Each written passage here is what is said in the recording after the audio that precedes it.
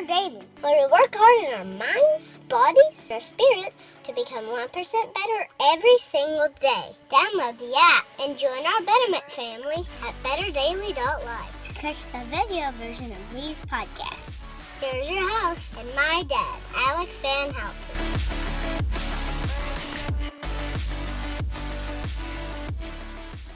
What is up, Betterment family? This is Alex Van Houten in Better Daily Live. Happy Monday. It's Mindset Monday, and I hope that your week is getting started off on an awesome foot. I'm sharing my mindset today with you, which is, what are you fighting for?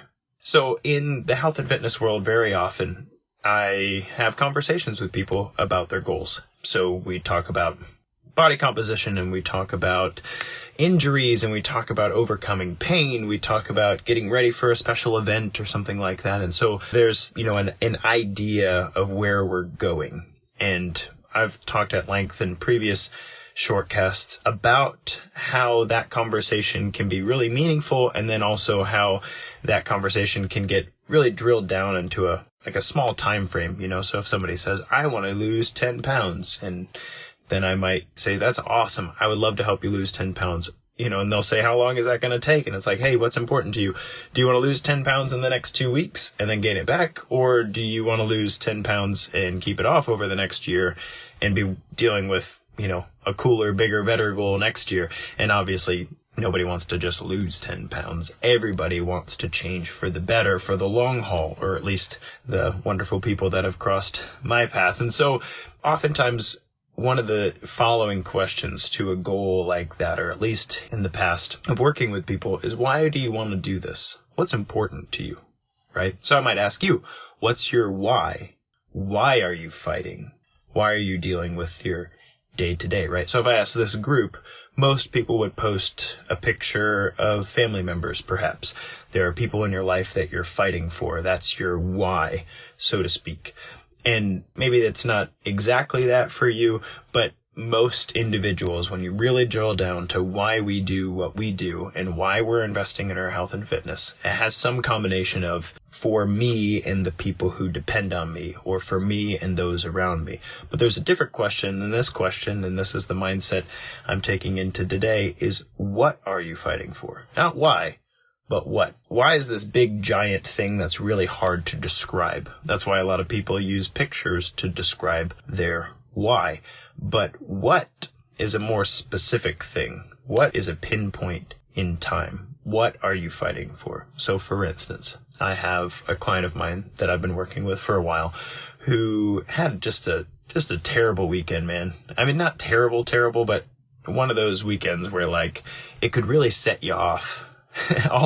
Everything that was going on in his life was just too much all at once, just too many things. There was, people calling in sick when they didn't need to be sick for things that he had to cover for. And, it was really busy here, and his wife had a lot going on here, and his kiddo had a lot going on here. Right. And he said, I was in a place where I could have snapped, I was like, oh, just, trying to make everything work and all that, that irritable, edgy feeling you get when everything's too much. But he didn't. And he and his son were in the car together, and his son started asking questions about what it meant to follow Jesus.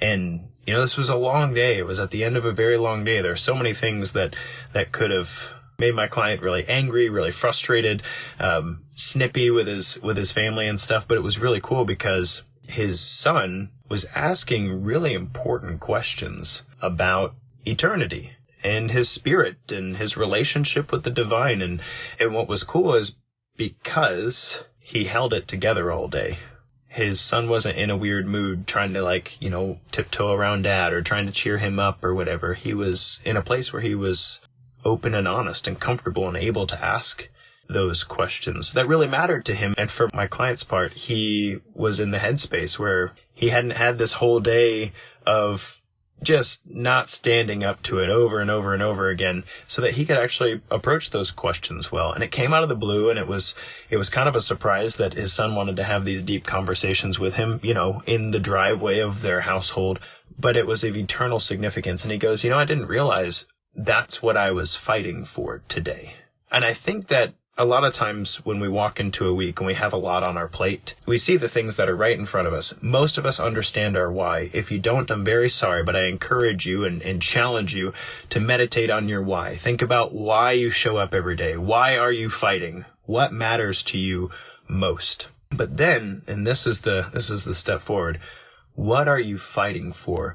And it's probably not the same thing as your why. It might have to do with your why, but oftentimes what you're fighting for is actually in the future, and you have no idea what that thing is. But when it happens, when you have fought the good fight and you get to see the fruits of that labor, when you get to see the thing that springs forth because of it, because you didn't give up, because you didn't stop fighting, and you go, gee, that's what I was fighting for. Then it happens, you're like, whoa. And then you learn you don't stop fighting because you have no idea what's possible, what battles you're fighting right now that will win victories in the future for you, your family, your community, your workplace. You have no idea. And I just, the reason this is on my mind and on my heart is Kristen went to bed early last night. What happens in my household when my wife goes to bed early is that I get to watch a manly movie that she won't watch with me. That's my time to watch manly movies because, you know, she likes the cutesy and the comedy and stuff, and that's fine. We do all that. But, like, I like big, giant like Braveheart. Braveheart's in my top 5 movies of all time. Super awesome movie. The Matrix definitely rates up there with me as well. Last night, I watched The 300. And if you haven't seen The 300, I'm not saying it's a particularly, you know, accessible movie to those who are bothered by blood, guts, and gore. There's some, I'm not saying it's rated PG, but it's such a powerful movie. The 300 is such an awesome movie, not just because it's, manly men, and, you know, there was like a big Spartan workout thing that was a fad for a time. You know, people would come to my fitness consultations. I think this was 2008, 2009. And they'd be like, have you done the Spartan workout? Let's do the Spartan workout. Because they thought that if they did the certain moves like the Hollywood actors, they would have abs and chests like them. Hated to break it to them, but there was a lot more going on than just the Spartan workout for the 300, right? And that there was a lot of CGI help in that movie. But that's, you know, side note. But if you dig into the core of the movie, that speech at the end, oh my gosh, by Dilios, he does such an awesome job of painting the picture and bringing the message of the movie home. The 300 is a movie about a group of men who know what they're fighting for. Now, the men themselves don't know what they're fighting for, but the king knows what he's fighting for. King Leonidas knows that if today he can make a stand against Xerxes and his army, then that will pave the way for a Greek victory in the future. And I know there's a lot of like Hollywood, you know, dramatic license and stuff taken in the movie, but this is a true story.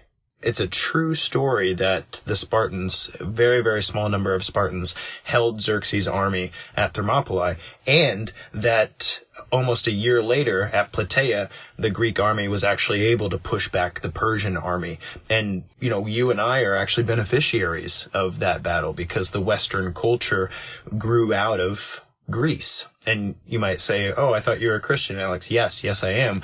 The government system that allowed for Christians to eventually have freedom from persecution from the government was born out of the Western tradition. So we're beneficiaries of that. And what's crazy is that, you know, the 300, they're fighting their battle, you know, it's bloody and messy, and they all know they're going to die. But what they're fighting for is not a victory in this moment. What they're fighting for is a victory in the future. And the same could be said of the Christian tradition. Like if you take a picture of a dude on a cross on the hill, the middle cross guy between the three, and you say, who's winning here? Well, it's not that guy. It's not that guy. He's just hanging there, suffering, and he's going to die soon. But that's not what he was fighting for. He was fighting for victories in the future. What are you fighting for? What specific things hinge on whether or not you win right now? You don't know, but it matters.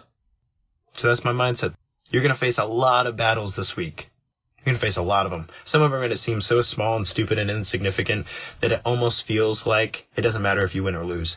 That is not true. That is not true. What are you fighting for? Think about it. Write it down. Imagine some cool stuff in the future that might even be just on the edge of a dream. You never know. And so what I'm taking away from this, and what I hope you take away from this, is that our why is very important. But our why allows for the what. If you live out your why, the whats will happen. What are you fighting for? Thank you so much for joining me for Mindset Monday in Better Daily Live. This has been Alex Van Houten, and tomorrow we will do Nutrition Tip Tuesday, where we'll cover something a little less heavy to help you on your 1% journey every day. And until then, it's just 1%. You got this.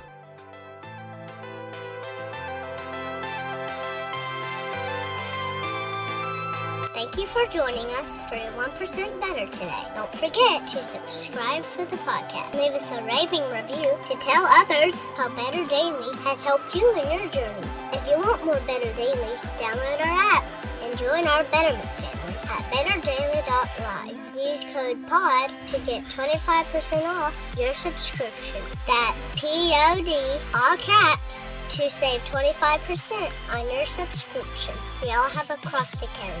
It's lighter when we do it together.